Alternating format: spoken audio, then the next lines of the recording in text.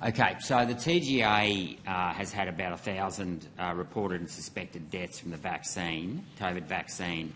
Over 60% of them were from health professionals that I presume nearly all of them would have been registered with your body. Are you concerned, and of that the TGA have recognised 14 out of 1,000 as being related to the vaccine, are you concerned that there's a difference in opinion between your registered, not employees, but members, if I call them that, and the TGA? Because the TGA are basically saying that 97% of your the professionals that lodged a reported and suspected death are wrong. So there's an issue here because the doctors are saying one thing and the TGA is saying another thing. And when you've got a discrepancy of like 98% versus 2%, that's a massive discrepancy. Is that something that you've raised with the TGA as to why they're saying that your members are wrong? No, Senator. Senator, I can confirm for you that your question was out of order. Okay, no worries. So why aren't you concerned about that? I mean, I would have thought that you were interested in quality assurance, and if we've got doctors reporting suspected deaths and then the TGA are ignoring them, someone's wrong there, and wouldn't it be in your interest and in the interest of your members to find out why the TGA disagrees with your members? So one of Professor Kelly, Chair, might be able to... Well, no, I just want to ask... That's not the question. Sorry, can you not interrupt, please? Senator Rennick, officers are able to refer questions to superior officers or to a minister at the table. That is within the rules of our committee. So if it is more appropriate for Professor Kelly to answer the question, it is within his rights to do so. Professor Kelly. Thank you, Chair. We'll return to the specifics of the question, but I think I just need to point out that your assertion there that the doctors are wrong and the TGA is right, or vice versa, is not how the post-market safety approaches of the TGA and other mechanisms are formed. It's important that doctors in the field have a low threshold for reporting, and it's appropriate that the appropriate authorities look at that report and make appropriate conclusions. So both are correct, in fact.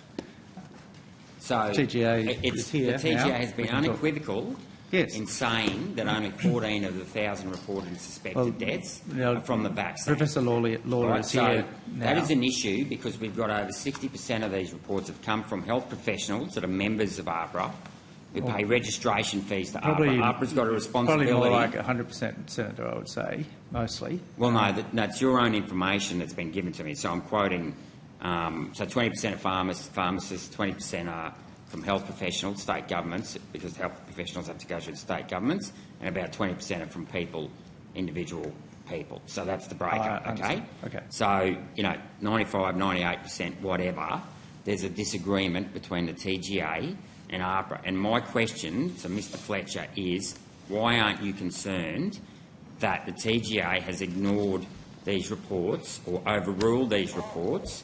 And the TGA has said on multiple occasions that they're only recognising 14 of the 1,000 deaths. So wouldn't it be incumbent upon you to represent your members and ask the TGA why they are overruling your members? So, Senator, I'm going to have to say the premise of your question is wrong in the sense that we do not have members. We are not an association representing whatever people. the people that pay fees to you. Sorry, Senator Rennick, I think he's finishing the question, and especially when we're on video, I do ask that you allow him to finish. I'll come back to you for another question. Mr Fletcher. What I was going to say was that these are registrants who are required to meet certain obligations in order to have their registration as a health practitioner in Australia. And as we often talked in this committee, what we sought to do during COVID was to make very clear what our expectations were in relation to the existing obligations on registered health practitioners to use best available evidence and clinical judgment in the advice and information they were providing to patients. And then a particular focus of our work during that time has been to deal with any concerns that were raised with us about COVID-related issues in relation to the conduct of those registered health practitioners. Okay, so wouldn't you then therefore have a problem if they've then made reports to the TGA and the TGA are saying they're wrong? Well, what we would do is look, where a concern was expressed with us about, the care that had been provided by a registered health practitioner or the information they provided a patient, we would look to that reference point of the code of conduct that applied to that. So it was a medical practitioner. There would always be an opportunity for that medical practitioner or any health practitioner to explain their actions before any decision was made about whether regulatory action was needed. Okay, thank you.